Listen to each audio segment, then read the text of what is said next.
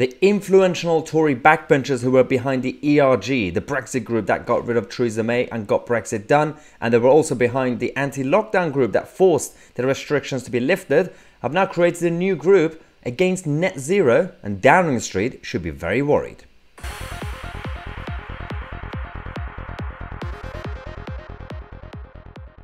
Oh yes, they are back. The next battle, the next game is on. Steve Baker, Esther McVey and many others, the people who were the organisers of the ERG, many of them, obviously they were successful to get rid of Theresa May and force the government to actually leave the European Union, despite the fact that it was imperfect, the Brexit deal. They also put pressure on Downing Street to lift the restrictions with the anti-lockdown group that they created in Parliament. They have now started a new group, the Net Zero Scrutiny Group, that they're going to now focus on their next battle. And this is why it's important, and this is why The Guardian are having a meltdown.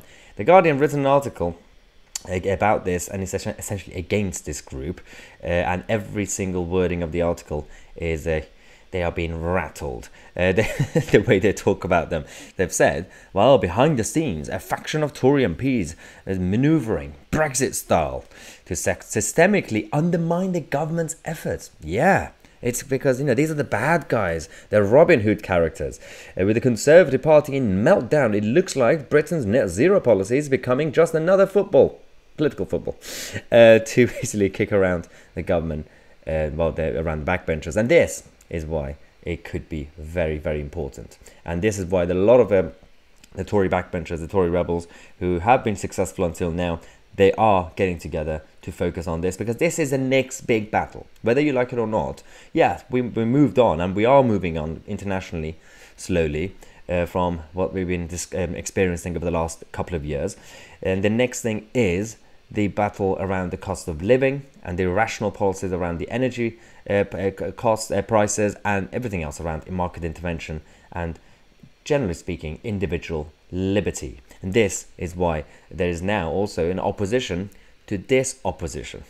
Chris Skidmore, one of the wet left-wing Tories, has also started a new parliamentary group called the Net Zero Support Group to oppose the opposition group that we have. It's a bit of a mess, but I welcome it because it starts a debate, and that's all we need for now.